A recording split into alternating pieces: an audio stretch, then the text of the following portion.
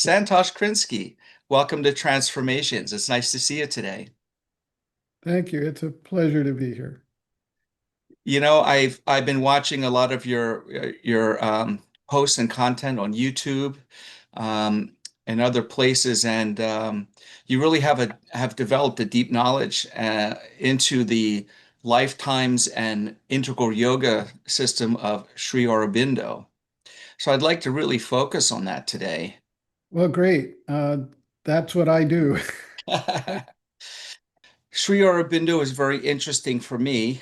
Um, I found his material maybe a decade ago and found his life very interesting and his method, what he came to for his teachings, his realizations, very Mm. interesting. But I don't understand them all because I haven't dug into it as deeply as you. So I am thrilled for this conversation. So, from what I understand, Sri Aurobindo was maybe a political activist, or they thought he was, and imprisoned him.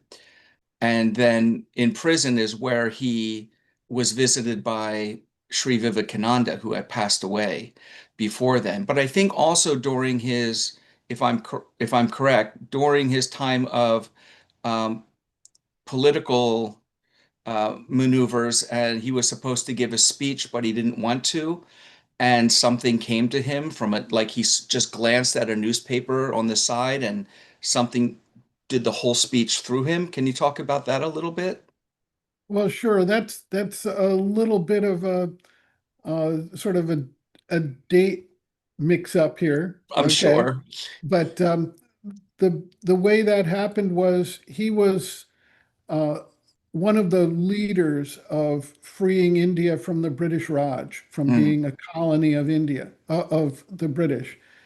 And he was so well educated with a British education that he was able to make what the British said were seditious statements, but if you parsed them, there was nothing they could go after. mm, Well, they found some revolutionaries who had a, a bomb conspiracy going on to, you know, try to use violent means to help push the British out of India.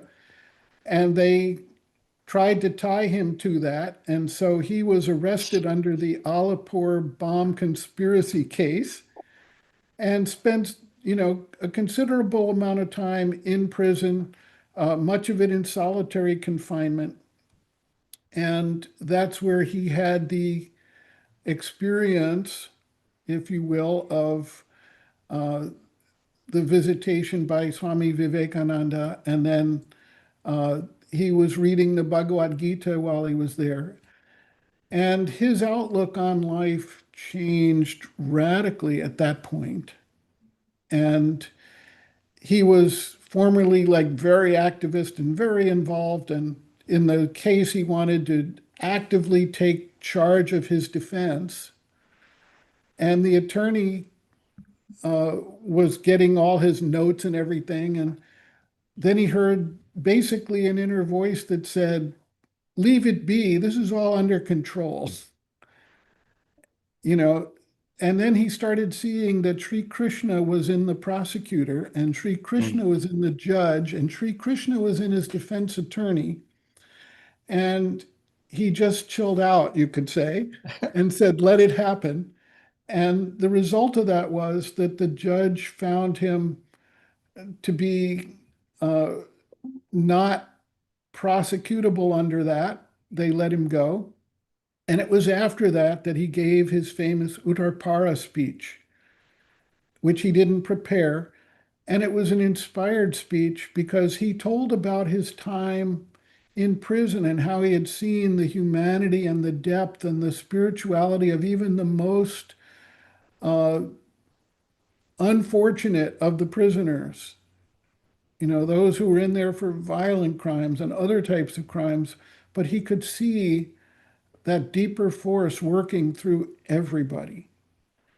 And it was a very moving and inspiring speech.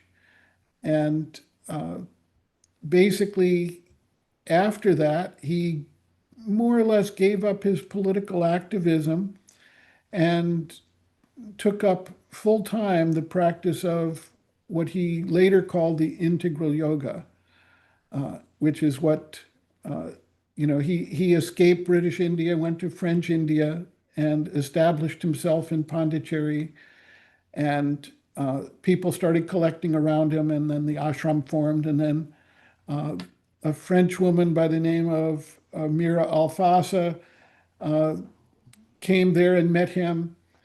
And uh, when she came back afterwards, she joined the organization and took charge of the outer physical organization manifestation and dealing with the people who were forming up there, eventually developing not just the Sri Aurobindo ashram, but the Sri Aurobindo International Center of Education. Because during the Second World War, a lot of people came there with their families and children. And so she had to add this additional aspect to it to take care of everybody as they needed at whatever level they were in their development. And she was known as the mother, correct? So it's She Sri became known as the Aurobindo and the mother. mother. Yes. Yeah. I'd like to go back, if we could, to the prison time because there's such fascinating um, story to be told there. From what I'm recalling from my readings, Swami Vivekananda appeared to him and said, there are these higher levels of consciousness that you don't yet know about, and they're even higher now than when I was alive because the human mind or brain keeps evolving, which means now, you know, um, if he died in 1950, Aurobindo to 2027, 20, what are we in 26? That's even more evolution. So he started, uh, meditating or sitting quietly, and he could even see the jail prison bars and the doors and the birds and the keys all as this one Sri Krishna or consciousness. Is that correct?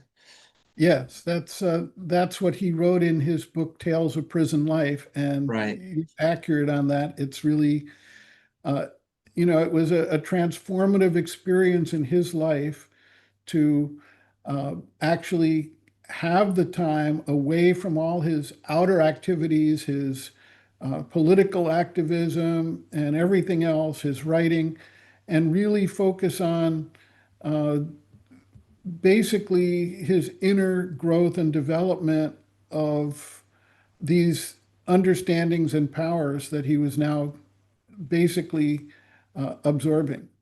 Yeah. It's almost seems like the the powers that be forced this on him, created this thing to happen so he could be non-distracted, away from everything. You have got nothing to do but sit quietly and evolve this way. And eventually, of course, he was let out of prison. And is that when he first moved to French India, right after he was released, or Yeah, shortly sooner? thereafter, yes. Hmm. And actually, before he went to prison, he had an experience. Um, his brother was very sick with some kind of respiratory illness and wasn't getting better. And a wandering sadhu or yogi came through and he saw him and he said, "Give me a glass of water." And he got the glass of water for him. And he took, uh, I think it was a knife that he cut through the water with in the glass of water while he was chanting certain mantras. And he said, "Have him drink this." And he drank it. And the brother was recovered very quickly. And Wow. he reflected on that and said, if there's that much power in the spiritual development, that's a greater power essentially than the political power. And I need to find out more about that. Okay. And because of all his activities, he was not quite doing that. And then he got liberated from all those activities Right. by being incarcerated. And uh, he really reflected, I think, on that. Hmm.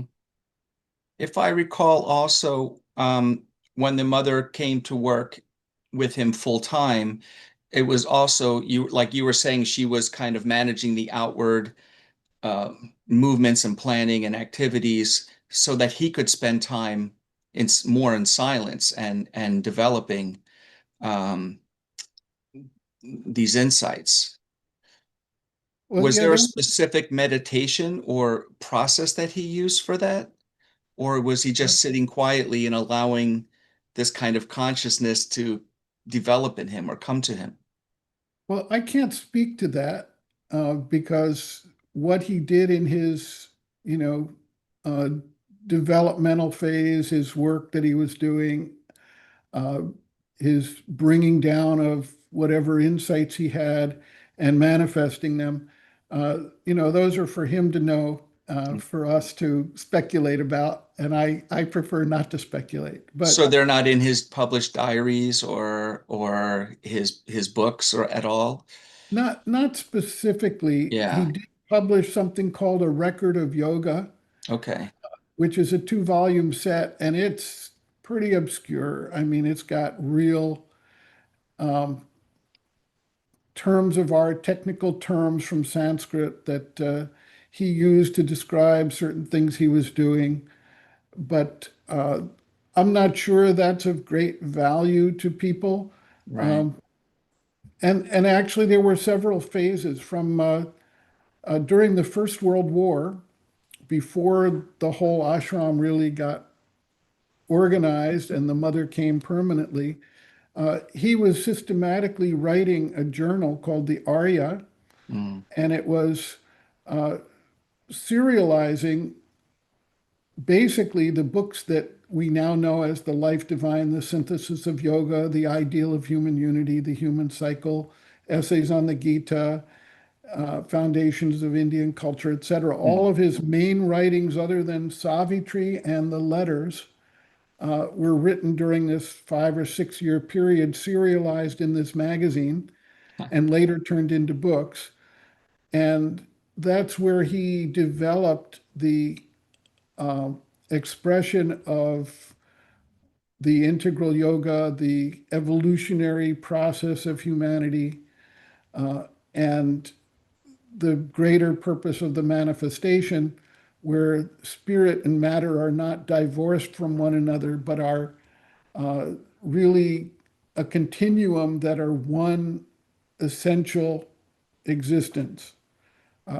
And in the first 4 chapters of the Life Divine, he basically gives us a quick summary of that understanding. The first chapter, The Human Aspiration, where he talks about what humanity strives for, what it seeks for, and what drives that. And then he's got the uh, materialist denial, which is basically the idea that we're just here for matter and accumulation and enjoyment, and we don't need any of this spiritual stuff. And then the refusal of the ascetic, which was the next chapter, where he says, on the other side of that, we have people who have abandoned the whole materialist viewpoint and said the only thing that matters is spirit, the rest of it's an illusion. And then in the fourth chapter, he gives his view on it, which is what he calls reality omnipresent. mm, And he says that both matter and spirit are real. You can't divorce them from each other. They are integrated parts of a whole. And therefore, the extreme of the materialist denying the spirit and the extreme of the spiritual path denying the reality of the material world both need to be tempered by a new synthesis and an integration of them. And that's how the integral yoga developed. no. So he took this centrist kind of route. I think there's different Vedantas, Advaita Vedanta, and the others that are on either side of those poles. And he kind of said, "Hey, I think they can both be true and at the same time. So let's be in the middle here." From what he was seeing, and maybe he saw things or experienced things differently because as as Swami Vivekananda had told him, like we've evolved more over time, and the more we do this, the more we evolve. So he could see things maybe differently. It's very interesting. And he eventually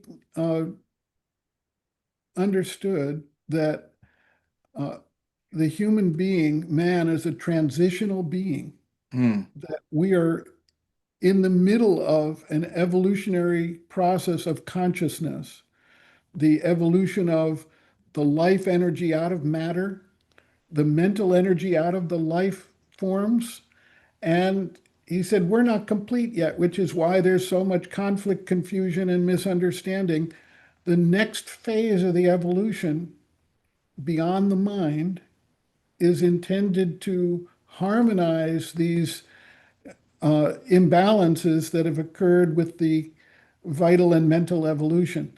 And he called that the supramental consciousness, which essentially is just stating that it's beyond the mind, supramental.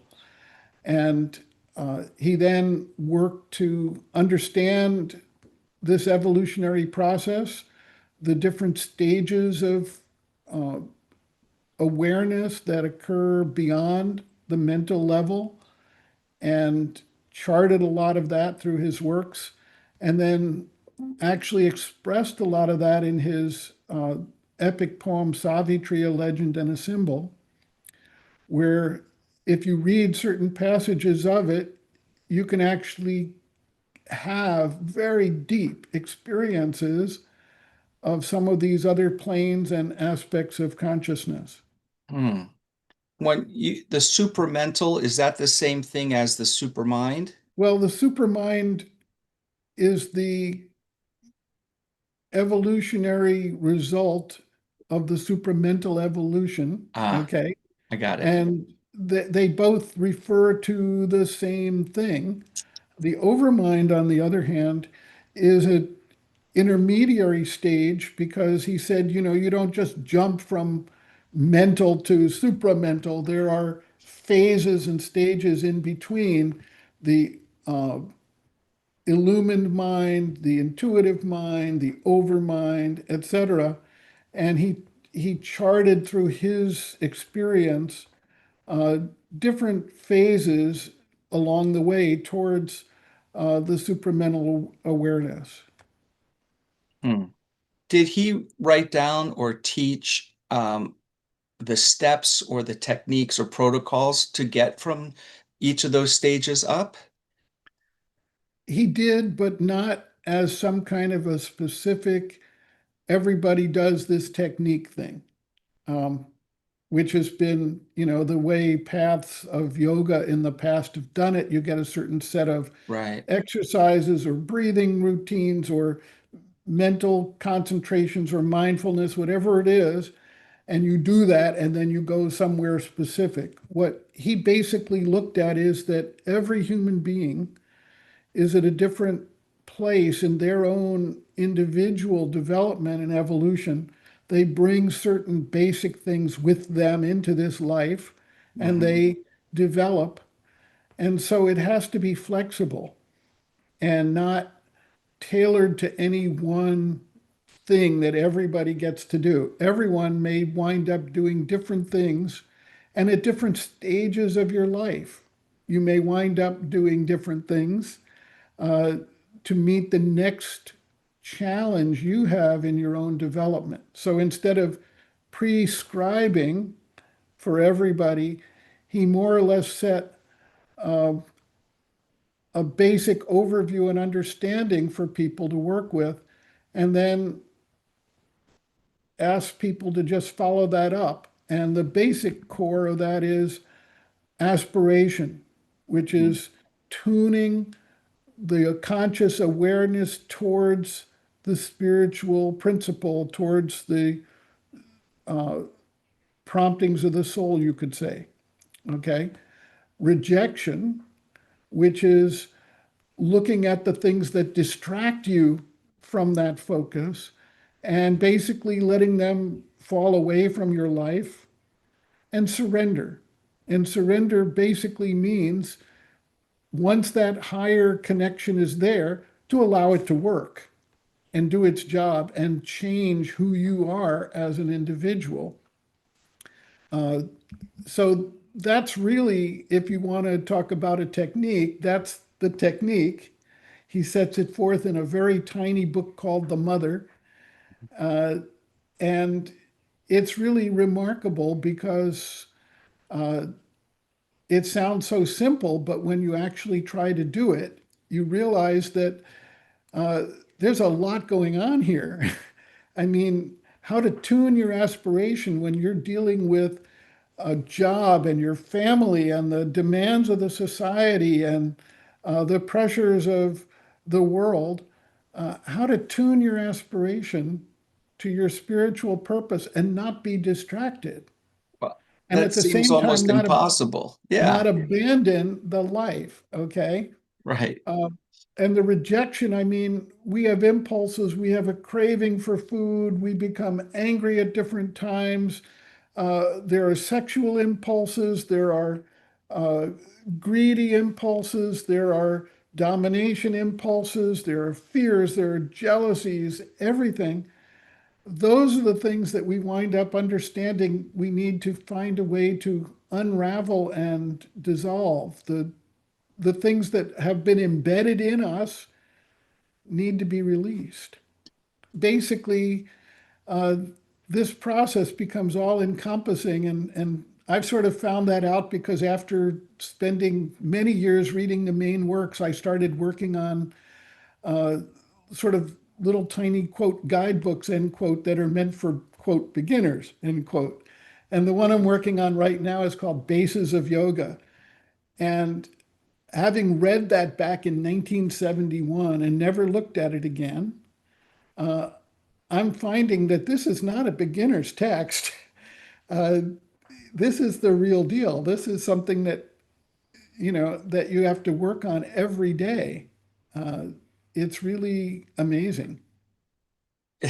It's easy to say, like I aspire to be an Olympic athlete. You've got to do this many things to do that, let alone stop the mind from its mind work, and focus, like you're saying, outside your family, your job, your emotional issues baggage that you carry with you, your pain body, all the things, war, all the things that were going on. And was was was Sri Aurobindo giving lectures and talks about how to do this, or is it just here's what you need to do?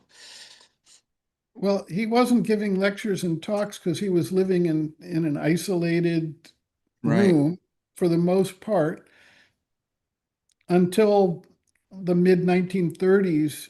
He was basically very isolated, except for maybe meeting with the mother. But then he started having evening talks with some close disciples.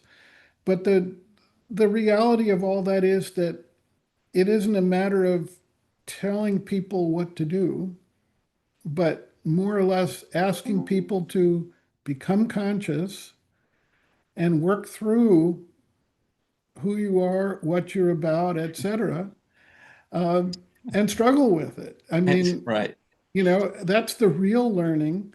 Uh, there's an interesting story that I'm not sure if it's real from the Mahabharata or just a made-up story, but it's a good story. And it's basically the teacher of the Pandavas and the Kauravas, the princes, was named Drona. And he had 100 princes of the Kauravas and the 5 Pandavas uh, who were sort of cousins to each other that he was teaching. And one day he said, today's lesson is not to become angry. Okay. And to your point, really, it's okay, easy to say that. And so he then went through all the princes and asked them, do you understand today's lesson? And all of them said, yes, not to become angry. And he got to Yudhishthira, who was the eldest, who was intended to become the next king. Okay.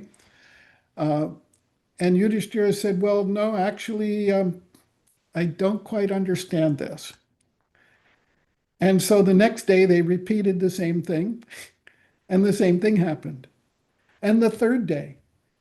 And meanwhile, Drona is, beside himself because somehow this leader, this future leader, who's got all the intelligence in the world, isn't understanding this That's, very simple idea. And he becomes angry and he slaps him across the face. Now, it is a death sentence for anyone to slap the heir apparent crown prince. And Yudhishthira said, I now understand how not to become angry. mm, And he honored his guru for that teaching because he had an actual experience and he was struggling with it internally. And eventually, when he had the actual experience, he realized how to transmute the possibility of anger into understanding, goodwill, and compassion. And so that's sort of my answer to whether Sri Aurobindo uh, gave lectures and talks and told everyone how to do it. No, everyone needs to do the work themselves and struggle with it. And at the same time, not abandon the world and the life that they're living, but actually do it within that framework. Um, I remember once Sri M.P. Pundit asked me to write an article, and I was in my early 20s living at the ashram at the time. And he said, write an article on accounting in mother's service. I said, I know nothing at all about accounting. He said, doesn't matter, just write this article. Figure that's it out. Okay. And, I'd been studying philosophy and psychology and sociology. I was not a math person or an accounting person. I guess you saw that by my math at the beginning here. Uh, and so I wrote this article because, it was a common feeling among people who were devotees that, oh, mother takes care of everything, not my problem. It'll all get worked out. And I had to reconcile that common sense approach to things of surrender to a larger will with the mental organization needed for accounting. And so I wrote this article. And when I later went back to the United States and wound up having to start a business uh, and develop the publishing and the distribution and the other things that I'm doing, I had to really become very deep in how to keep accounting working in this process. And I realized that Panditji uh, was more or less setting me up for something. that's funny how that happens. Yeah. Exactly. When did you arrive at Aurobindo's ashram, and how long did you stay? I arrived in the spring of 1973 and I left in February 74. Um, I went there on a tourist visa, which was a 3-month visa. Right. And I went in for extensions, and they kept saying, you can't become a resident person here. You can't do that once you're here. You have to go out, get a new visa approved, and then come back. And I said, well, I appreciate what you're telling me, but why don't you send this to Delhi and ask them? And they did that, and it came back no. Meanwhile, 3 months had gone by. And then I said, well, do it again. And they did it again, and another 3 months went by. And then in early 1974, after they did it again, Delhi approved it. Wow. And a few weeks later, I was on my way back to the United States. Great story. It's like you needed to be there. They trusted you the second time, something to allow you to stay another 3 months. Now, the mother wasn't still in her physical form when you were there. I don't think that's possible. No, it is possible. Oh, it is? It's Okay, because I was possible. going to ask, how is she responsible for everything unless you were just feeling it. I didn't know her age range with Aurobindo's age range, right? She was actually there. She left her body in November 1973. Ah, So right in the middle of the time that I was there, she held a balcony darshan, which she used to do for her devotees in August of 1973. And then she passed away on the 17th of November, mm, 1973. So yes, I was there during that time and got to experience certain things that um, most people don't understand, how these forces work. But uh, on an occult level, all these energies that flow in the universe are universal, and we all have the ability to receive, accept, or reject and retransmit all those energies. And so, I'm writing a blog post right now on dealing with sexual energies, and one of the uh, incidents I related was somebody who walked into a room dripping with sexual intensity, and he stared at some woman across the room whom he didn't know. And this vibe, I mean, you could see the vibe coming off of him. Okay. She turned around and looked at him, saw what was going on, and immediately vibed to the same thing, and they left together. wow. Okay. So we don't recognize it, that all of these forces act upon us all the time. You may find that if you are in the presence of someone who's always depressed, later you get back and you're just feeling tired. Well, what does that mean? Where does that come from? And so when the mother was there, uh, without even a physical interaction one on one, certain things began to happen that really woke people up. An example of that is for the August Darshan, they said, well, mother is physically frail. She's not going to do a Darshan this time. She's canceling the Darshan. It's not going to happen. And everyone on the evening of August 14th, ahead of the 15th, when the Darshan day was supposed to be, knew that there was not going to be a Darshan the next day. And I was living at a guest house of the ashram about a mile and a half away. And I woke up around 3 in the morning with this electricity running through me. It was like nothing I could ever explain. And I knew at that moment that there was a darshan. I felt like I was walking 6 inches above the ground. I mean, it was that intense. And so I got ready and got dressed and went to the ashram. And sure enough, a signboard was there. It says Darshan this evening, like I think it was like 6:10 or something like that. And I knew it from a mile and a half away from my sleep that there was a darshan. No one had to tell me that. There was no book that I could read. There was no magazine. There was no article. There was no radio, no television, no internet. Okay. It was just this internal movement of force that woke me up and told me what was happening. Mhm. The power of the mother. I wonder if she was transmitting something to you and potentially others as an early darshan, not just to let you know that there would be one later, but a transmission of energy and knowledge through that whole encounter in the middle of the night.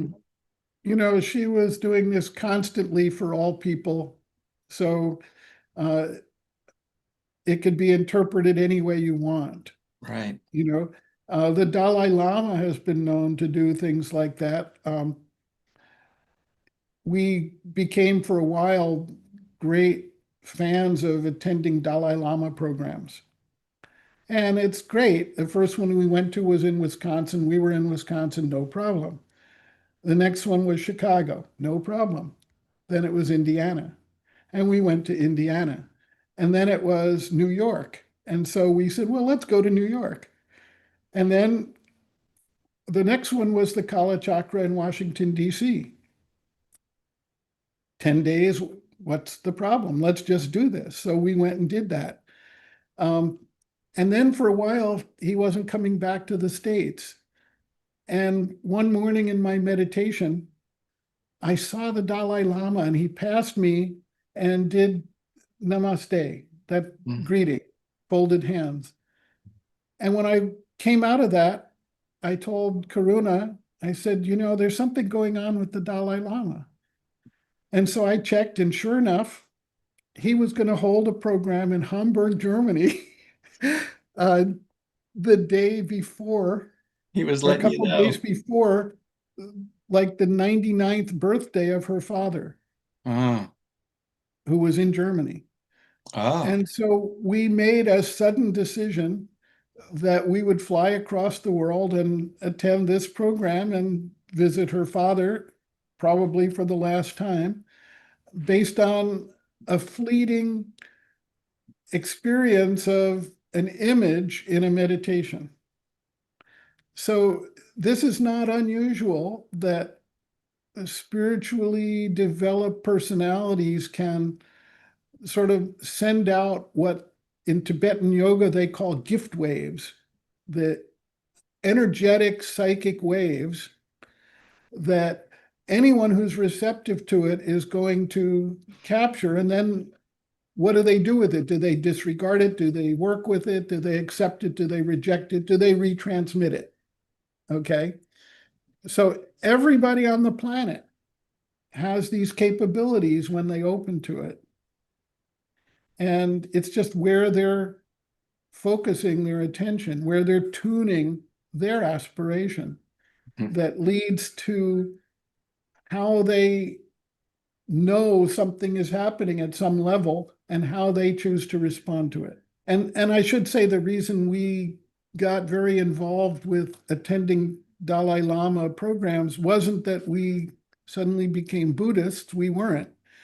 But the energy and the focus and the intensity in that room, wherever he did these programs, was extraordinary. Hmm. And we just felt like there are so few opportunities to have satsang with real spiritually focused individuals. Whether they're our path or not doesn't matter to us. Uh, we weren't there for the teaching, we were there for the gathering of, in some cases, thousands of people who were focused on spiritual development and the energy they created. When the mother gave her darshan, was it silent darshan or spoken? Sometimes teachers just sit in silence. Well, the balcony darshan is a unique thing. She's up on a balcony um, way above, it's like second floor, Yeah. okay? And I can't speak about other darshans and what she did before, particularly when Sri Aurobindo and the mother did darshan together. I don't know whether there was any spoken or anything else because I wasn't there. But the one I attended, uh, there were thousands of devotees in the street. Oh, Okay. And some of them were there for many, many hours. And I was there for many hours, and it was raining cats and dogs. I mean, it was really amazing how wet everyone was. And then when she came out, just minutes before she came out, the rain stopped, the sky cleared, the sun came out, and she was up on the balcony and she just looked down over everybody. There were no words spoken. And I guess graced or blessed everybody with some force. And after some minutes, she went back in. And at that point, the rain felt like it could come back and start over again. So we all disappeared pretty quickly after that. wow. And how did she, do you think that her method of, did she have a faster path to realization than the other followers of Aurobindo because she was so closely intertwined with him and connected with him? Because it Well, seems like she kind of elevated somewhat quickly. well, I don't think she elevated. I think she was there. Ah, Um, she basically, sometimes souls are evolved early on. And in Savitri, Sri Aurobindo speaks about uh, that you have to go through like the process of rebirth, um, and all that was rebuilt must, or all that was destroyed must be rebuilt, and old experience labored out once more. mm, All can be done if the God touch is there. And if you bring, as an evolved soul, certain things at a certain stage in your life, those things begin to uh, become very real to you. And you don't have to redo all that stuff. It just sort of is there. And with the mother, she indicated that when she was a young child, she was having experiences of a teacher mm, sort of explaining things to her in her inward state or in her dream state. And when she visited Pondicherry, she actually felt Sri Aurobindo's aura several miles away. mm, And when she met Sri Aurobindo, she recognized in him the teacher that she'd been interacting with since her childhood. And so it became pretty clear. And Sri Aurobindo said that, and the mother also indicated that uh, the two of them were like two sides of the same consciousness. One was there to set forth the larger view and vision and understanding. The other was there to actually carry it out and manifest it. mm. And together, uh, they were able to carry out something that neither one on their own felt was their immediate role or destiny at that point in time. Right. So their destiny was to come together at the right moment, and together they would feel whole, and that could be Exactly. carried out. And so at that point, Sri Aurobindo was, uh, basically in his room, and the mother was busy developing the organization of the ashram and the different units and the agricultural and the business units and the educational units and organizing for the needs of what became thousands of people, with families and children coming during the time of the Second World War. I mean, it became a big external enterprise, if you will, to carry out the principles and to give people the opportunity to grow while facing the real world challenges of organizing and living together as a community and building something that was sustainable. Mm. I think something that was unique with Sri Aurobindo also in his approach in the approach of his integral yoga was that most yoga teachers, most sadhus, most spiritual teachers up to this point were focused on themselves and individual disciples to create this change, where he wanted to solve kind of the existential crisis of humanity. And he thought, hey, we got to do this as a group. Like the whole society needs to elevate, not just a single person in order to create the change in the world. I agree with that. I think that the focus on individual liberation or salvation or nirvana or uh, whatever you want to call it from the different paths, uh, had its role and its benefits, but also its limitations.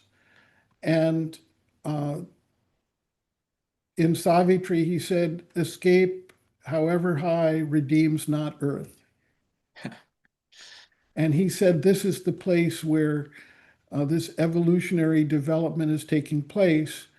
And we need to work at this level. And essentially, we're one organism. people keep thinking we're separate beings and organisms, but I always use the example of where would you be without trees and plants? Yeah. Okay. We breathe in the oxygen, if you will, that they create. If they're not there, we don't exist. We're not separate beings, we're codependent or uh, even closer than that. We are one existence that's differentiated into different divisions of labor, you could say, but it's one existence. And Yeah. so it's not a matter of some individual escaping all of this. It's a matter of how does the entire evolution move to its next phase? And what consciousness does that bring? And what does that do to transform not only human life, but the entire life on the planet? Yeah. Not just the Earth, but the whole universe and all, and galaxy and everything. I mean, it's one consciousness, I believe. We're all part of one Exactly. consciousness. And the scientists are just starting to figure that out. Very They slowly. started by saying that, well, matter is not actually matter, it's really energy. Right. And then they created the atom bomb to prove it. Hmm. Okay, that's fine. Now, the next thing is they say, well, actually, energy isn't energy, it's consciousness. Right. And now the physicists are saying, well, there's quantum entanglement. And they're saying, well, atoms are quantumly entangled. Well, guess what? The whole universe is Universe. quantumly entangled. Right. Right. They're getting there. It's a slow Right. process. And slow process. So we keep mentioning Savitri, and can you tell us what does that mean? So Savitri is his actual life's work legacy, if you will. After he finished all the major philosophical, spiritual, yogic writings, he continued to work on Savitri. And the only other writing he really did, for the most part, was the letters on yoga, which were massive because he was actually responding to real disciple concerns in a real time. Hmm. And back around 1950, he wrote a few articles for the Bulletin of Physical Education, which turned into a book called The Mind of Light, which basically described the supramental manifestation on Earth. But Savitri was where he poured his experience and the energy of that experience into a written form. It was an epic poem. It's over 800 pages Hmm. in 12 cantos, or yeah, 12 books, each with numerous cantos, in a blank verse that has a power of manifestation in it that if you read it with intensity, with just an open mind, not trying to argue with it, not trying to grapple with it, but just feeling the flow of the energy and what the words do to you, you can move into all these different experiences uh, really incredibly. A few lines of this poem go like, I saw the omnipotent's flaming pioneers over the heavenly verge which turns towards life, come crowding down the amber stairs of birth, forerunners of a divine multitude. Out of the paths of the morning star they came, into the little room of mortal life. I saw them cross the twilight of an age, the sun-eyed children of a marvelous dawn, the great creators with wide brows of calm, the massive barrier breakers of the world, and wrestlers with destiny in her lists of will, the laborers in the quarries of the gods, the messengers of the incommunicable, the architects of immortality. And I mean, that's just one brief passage out of 800 pages. Um, and it's really, he was revising that work up until the very last. And he deals with everything, the spiritual consciousness, the different planes of existence, the physical planes, the vital planes, the various mental planes, the spiritual planes, the search for the soul, the yoga practices and the experience of that, the debate of love and death, and the eventual transformation of human existence. All of that's in there. It's pretty amazing. Did he ever reach the highest level that he was hoping to attain? I can't speak to that. You'd have to ask him. Uh, I'll make sure I do. You know, Because there's some people who claim somehow that he didn't, and I don't know what they're basing that on. Something where I think he was saying that he could change things on a cellular level in the body. Maybe I'm misinterpreting something or I'm misremembering something I've heard or read. well, let me just say that the supramental evolution is not something that is either completed in a day, nor is the last stage of the evolution. And so, um, you know, he did not, I believe, expect everything to be transformed for either any individual or for the world overnight. Um, I sometimes speculate that we're looking at a 300 or 400 year process for this next phase to really fully implement. And Sri Aurobindo's viewpoint was that um, unless all of humanity evolves to a certain degree, some of the forces at the next level can't stick Right, and really do what they need to do. There needs to be sort of a general upgrading or what I call texturing of consciousness mm, as a platform, even though not every individual is going to be supramental evolved being, but the basic humanity needs to have a certain development and maturity that it's still working towards. right, And until that happens, I don't think anyone can claim that the entire supramental manifestation has occurred for any one individual. Now, whether there are glimpses of it, whether somebody has embodied it in certain ways, not for me to speak to. Ask Sri Aurobindo what his own experience was. Now you mentioned that there were three transformations, a psychic, a spiritual, and then the supramental. Is that correct? Well, Can we, that's called the triple transformation in the the triple, life divine. So okay. Sri Aurobindo actually mentioned it, and I don't disagree with that. From my own experience, it looks like uh, that's what we seem to go through. Hmm. And how do we find the difference between psychic and spiritual? Because psychic seems like some spiritual things, or is it just like an opening to things before you?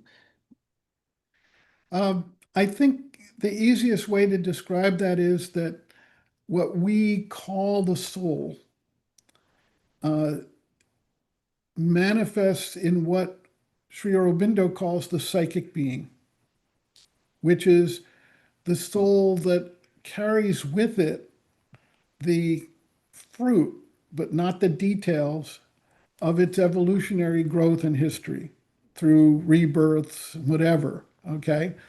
So you have to first, the psychic transformation is to shift your standpoint from being a body and mind that has a soul to a soul that has a body and mind that it utilizes, like putting on clothes. Okay. So that shift is the first step of us separating from our attachment to the external forms and actions and details and arguments and vital not needs and desires and physical whatever relationship to the world to being a soul that is here for an evolutionary purpose and gets to use the experiences and the body and the mind and the vital energy to that end. So that shift is not a simple one. I mean, if we consider it and say, am I looking at myself today as a body mind complex that has a soul somewhere that I have to go search for? Okay. Or am I responding as a soul that is using as an instrument this physical body and this mind and this vital force that's been given to me, and I'm using it within the context of the greater world? That's the first transformation. And I mean, honestly, we all sort of slip back and forth between the two when we're on the path. Okay. I mean, now to differentiate that from the spiritual, okay, once you are focused within that psychic being, the next step we talked about earlier is aspiration. And the aspiration goes out to the wider universal consciousness that is manifesting us and everything else and evolving that consciousness, getting in contact with that and being receptive to its evolutionary manifestation and plan is what you would call the spiritual transformation. Mhm. Okay, so it's a different stage. It basically begins to take place uh, back and forth with the psychic transformation because we have our moments where, uh, it's like in Savitri, he says, in moments when the inner lamps are lit and the life's cherished guests are left outside, our spirit sits alone and speaks to its gulfs. A wider consciousness then opens then its doors. So it's like that. We shift through these different partial glimpses, and basically that's the second stage. The third stage is the supramental transformation, where consciousness shifts. Now, if we look at it that we're sort of at the mental level, we communicate mentally, we reflect on things, we analyze things, we do things from a mental perspective. The most generally evolved human beings, if you will, that have matured to that stage are mental beings. And so the next phase beyond it, where you're not analyzing, dividing, and categorizing, but you're actually seeing the big picture and how each of those individual elements fit into that big picture, is the essence of what Sri Aurobindo calls the supramental consciousness. And that transformation of us going beyond that mental reasoning, that logical intellect, that dividing and analyzing process, to a wholeness and an understanding that's much wider and deeper, is the third transformation. Mm. Sorry that took so long, but it's No, not that's a a simple great subject. no, that's a great summary of each of the three. It's hard to grasp some of this reading short articles or, reading a chapter in a book at a time and not having that overview that you have. So I appreciate the time you're taking to discuss it. I wonder if Savitri is meant to be um, read and just let alone to digest, or read and try to figure out and dissect to make meaning of it. Like many spiritual works, people really read and try and use their intellect to understand it, but some of that is so far above the intellect, that no matter how you talk about it or reason it, you don't get the point. And actually, the mother went to that point. Somebody asked that question, Ah, and she said, Savitri is experiential, not intellectual. okay. And basically, if you try to struggle with it, you will just struggle. Uh, if you allow that force to work, whether you think you understood it or not, over time, it begins to become clear to you. And so I like to look at it this way. The first time we experience anything, we have trouble accepting it. And that's normal human nature, but a groove is built in our minds, a pathway, if you will. And then when we experience that idea or that thought or whatever it might be, again, the next time it's a little easier because the pathway's already there and it's starting to build some substance that, oh, this is the way I go. Okay. Um, and I think that Savitri is like that. I found you can't just sit there and try and reason it out. But what we do now is every Friday, or almost every Friday, we have a short session here where several people gather and we do a reading from Savitri. We choose a page at random. And actually, I did some of that. Uh, my blog posts, I have a blog post on Savitri, a folder on my blog on Savitri, and I didn't try to describe or explain Savitri. What I did was chose passages that were interesting to me and recited them for whatever it was worth.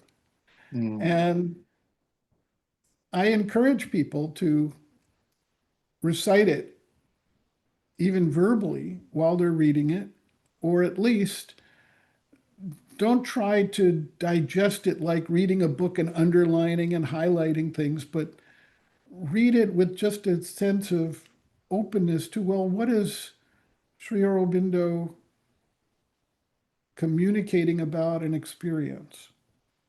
And I tried to do it the other way. I was living at the ashram and I picked up Savitri and I started on the first page. It's like, it was the hour before the gods awake. Across the path of the divine event, the huge, foreboding mind of night alone in her unlit temple of eternity lay stretched immobile upon silence marge. And it's like, I Sounds like thought, Shakespeare, for goodness how sake. am I Yeah. going to understand this? So I got out a dictionary and I started parsing every word. And I got a lot deeper sense of the inflection and the nuance that's there. But it's not something I could do more than a few pages. And then after that, I thought, let it alone. This is not the right way. And I just started finding passages that spoke to me and read them and recited them. And actually, when I went to the United States afterwards and started selling books, uh, I became sort of infamous because I would go into a bookstore and say, look, you really need some of these books on your shelf. Let me show you. And so I'd sit down and read passages from Savitri to them and recite them there. And I met someone later who ran a distribution company who said, I know who you are. I keep hearing about you. I thought, this is the craziest thing in the world. I said, well, did they buy books? And he said, yeah, they did buy books. Maybe. And I said, well, maybe to get rid of me. I don't know. Oh my But goodness. that was my quote technique, end quote, for selling books, just giving an experience. But actually, it was very useful. Um, the parent of one of the people in the organization I was working with here in the United States went to Kaiser Permanente for a some kind of an operation, and they made a mistake and they injected air into his veins, and he had a Oh, stroke. And he was like in the hospital bed going, ugh. And she was living in India at the time. So I started visiting him regularly in the evening. And the only thing I could do that I thought could help him was I started reciting passages of Savitri there, something I love to do. Okay. And you could see him brightening up. Now, he had no connection to any of this stuff, but he was brightening up. And then the nurses started coming in and they would sit there for these things and they were brightening up. And they thought he was going to die, but he didn't die and he greatly recovered. He didn't ever fully recover because it was a serious deal, but he greatly recovered. He didn't die, and everybody got an experience out of it. So Mm. uh, there's really a benefit to spiritual practice, and it's not, it's not dogmatic. It's not like it's telling you become a Buddhist or a Hindu or a Christian or a Jew or a Reformed Druid or whatever. It basically is just outlining human experience. There's one section in there that he talks about the difficulty of the world redeemer's task and how the world turns on you, and uh, crown of thorns is given and a cross is given in return for the peace and blessings you bring. I mean, he's obviously making references to the path of Jesus there. I mean, this is not dogma, this is experience. And you don't have to adhere to being any particular religion. There are people from all different backgrounds, religions, philosophies, who find value in what Sri Aurobindo is talking about and experiencing and communicating because it's not dogma, it's experience. And he doesn't tell everybody, do this and become that. He's saying, face your life, understand the complexity of your life, and find a way to evolve spiritually. Mhm. It reminds me of another realized person in India, Mayor Baba, Mm. who was 20 years younger. Um, so he was alive 20 years later than Sri Aurobindo. And he wrote a book called Godspeak, and he told his followers, read this once in your lifetime at least. And it doesn't matter if you understand it, just read it because the words and their meaning will penetrate on their own in their own way. But just read it. Absolutely. And I also think what's interesting when I think of the two of them, two realized people in the same generation really of time period, only 20 years apart. So there had to be some, of course, there was some overlap when they were both teaching and influencing people that neither of them, to my understanding, have created a new religion at all. There's no Church of Sri Aurobindo or Church of Mayor Baba.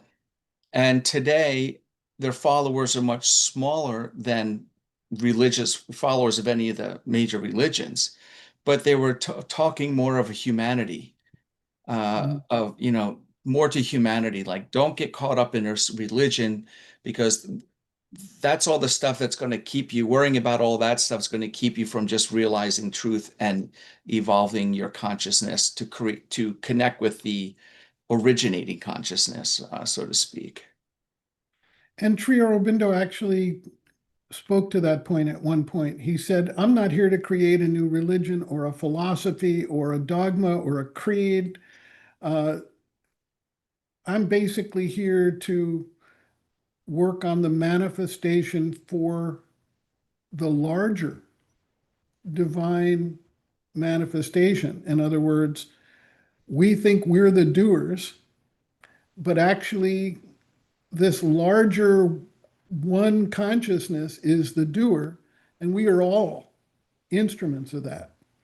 And that's that shift away from the individual ego personality, and by extension, the ego personality of any teacher, toward the fact that we're all just here basically carrying out the energy of that larger divine plan, whatever you want to call it, uh, that process. And those who are awake and receptive to it do what they need to do, and those who aren't struggle until they are. Oh my goodness. So Sri Aurobindo also he wrote essays on the Bhagavad Gita, and I'm wondering if I haven't read them, but I've been interested. I think did he also do his own translation of the Bhagavad Gita or just kind of commentaries on the Bhagavad Gita in the form of essays? Well, he more or less did both. He didn't do a formal start to finish translation of the Bhagavad Gita in and of itself, but he did translate the Bhagavad Gita. And one of the disciples compiled that Mm, along with extracts from the essays on the Gita. And we actually published that book as a book called Bhagavad Gita and Its Message. okay. And it doesn't have the full throated commentary of essays on the Gita, but it goes verse by verse. And it actually includes the Sanskrit text in Devanagari, uh, as well as the English translation, and then the footnoted commentaries. Mm. And we're in his essays and in these commentaries, is he offering new insights into the Bhagavad Gita? I I mean, there's think been so. scholars all through time who are writing their commentaries, you know. Um, Well, I've worked through and read a lot of different editions of the Bhagavad Gita. And I have to say, the main thing that I found was that his translations actually, in certain very obscure passages, make a lot of sense. mm, And it's like I use some verses from chapter 13 to compare different Gita translations. hmm And it's like some of them are like, what exactly are they trying to say? And then you read what he's translated, it's the same passage, but it makes sense mm, in English.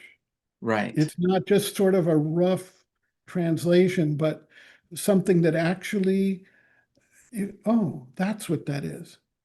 And you can see that it's the very same passage describing the very same thing, but the language used makes it more accessible. Mm. So that's a good place to start for English reading and speaking audiences to get acquainted. Exactly. Let me see if I Yeah, have, yeah, I have a copy here. Let me show it to you. great. Well, wonderful. So it's called Bhagavad Gita and Its Message. Hmm And in chapter 13, you can compare this to any other edition that you work with and see what you say. So starting at verse 16, okay? hmm That which is in us is He, and all that we experience outside ourselves is He, the inward and the outward, the far and the near, the moving and the unmoving. All this is He, all this He is at once. He is the subtlety of the subtle, which is beyond our knowledge. He is indivisible and the one, but seems to divide himself in forms and creatures, and appears as all the separate existences. All things are eternally born from him, upborn in his eternity, taken eternally back into his oneness. He is the light of all lights and luminous beyond all the darkness of our ignorance. He is knowledge and the object of knowledge. He is seated in the hearts of all. Read those three verses, chapter 13, 16 to 18, in any edition of the Gita. I've been through dozens of them, and you'll see what I'm saying. Yeah. It's such a vast subject. I mean, a lot of people just get caught up in the jail time. I kept reading different books about that. Mm. He had these small, thin books, and then but it's hard to get the full picture without doing more broad reading and knowing where to look for that Well, content. exactly. And the jail time was really a transitional stage away from politics and into uh, inner spiritual understanding and development. So it occupies an important transitional role, but his life is not defined by that. Right. That was like the threshold between the profane and the sacred, you know. Here's where he crossed the threshold. Now here forward is the work and what's come of it. Yeah. Exactly. Yeah. And that went on for more than 40 years after that. So, Wow. So, putting that in context, you have to see that his main life's work was far beyond that. right. What is it in your life that drew you toward his work, his diaries, his writings, his books? Well, briefly, I was in college, and that was the time of the Vietnam War. Mm, And I was politically active at the time. I had no knowledge or interest in spirituality or yoga or anything else. And I went to what was called the May Day demonstrations in Washington, D.C. And when I got back, I reflected on the idea that we're not going to change the world through a change of economic systems, political systems, uh, moral rules, religious systems. All of those things represent the result of a change of consciousness, not the cause. And at a certain point in time, I dropped out of college and went to Europe. And because of a series of, you would call, I don't know, poisonings or attacks that happened during my political time, uh, including what I would think of as a near-death experience. Um, when I woke up from that, and actually I was at the point where I couldn't breathe, mm, and I heard inside something say, "Do yogic breathing."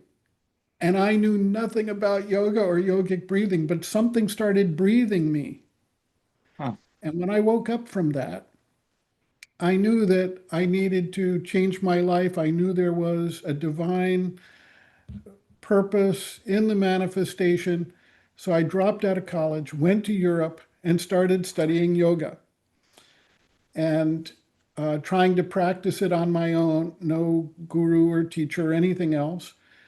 And met a man there who was studying philosophy. He was a German, and his primary interest was in uh, Ouspensky and Gurdjieff and then Rudolf Steiner. Sure. And so we started having regular conversations. And at one point, he came to me and said, "Look, I bought this book at the nearby bookstore for my girlfriend who's an American, and she's not interested at all. I thought you might be interested." And the book was The Life Divine by Ah, Sri Aurobindo. I randomly opened it to a place that was, the chapter was called The Aim of Life, Four Theories of Existence. And I started reading it, and it was like my own deepest understandings, aspirations, feelings, thoughts, emotions were described there. wow. What I felt was the issue and the direction of the solution. And so I became immersed in reading The Life Divine. And when I finished that, I found that local bookstore and became their reading Buddha, if you will, sitting quietly on a futon, reading every book of Sri Aurobindo's because I had no money that I could get my hands on there. They started feeding me herb tea. I was sort of their local icon of here's somebody who actually reads books. And I wound up reading most of the major works that way. And so that's what got me involved in it. It became very clear to me that the path that Sri Aurobindo had followed and that he was presenting made absolute sense to me. And uh, there was no doubt from that point forward what I would be doing.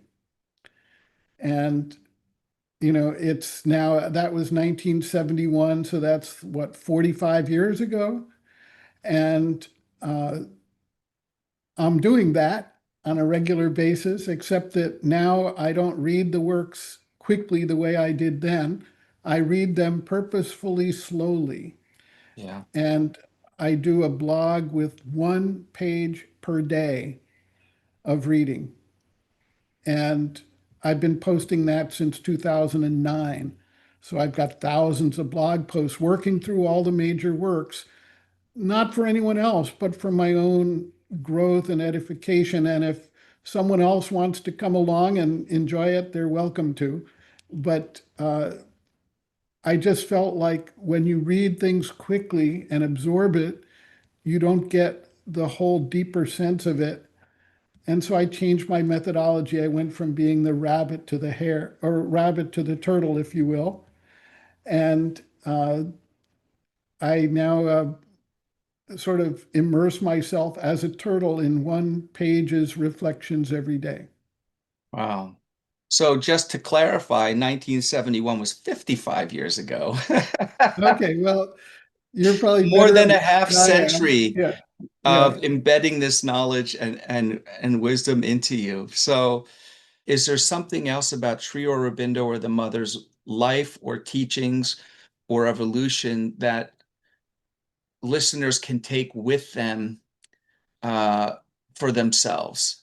Well, I think we've covered a lot of this, but maybe a quick summary of saying it's not about trying to struggle with the the writing and parsing the meaning of it. A lot of it is going to be very difficult if you do that.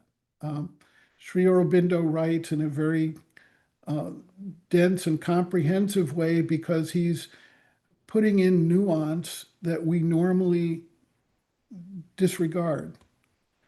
Uh, and so it takes time. And that's why I switch from fast reading to slow reading and why I do a daily blog post because I take that one paragraph or 1 page and I let it sink into me and reflect on it and do a short commentary on it, uh, sort of just describing my reaction to it, if you will, or the context within which I see it. And I encourage people not to just accept that, but to do the similar thing. I mean, I give them a reference to the exact page and passage. Go there, read that yourself, see what it does for you, what things it brings up, what insights it brings to you, and go from there. It's not that any one individual, myself or anybody else, can guide other people. I can barely guide myself. And that's on my good days. So I thank you, and our listeners thank you for your time. You've been very generous today with us and helping us understand the work of Sri Aurobindo and the Mother better. It's really been a pleasure to chat with you today and pick your brain. well, it's great. I really appreciate the back and forth conversation and the sharing of understanding and insights. I'm always receptive to that process. So it's really truly a pleasure, and I'm glad that we had a chance to meet and speak together.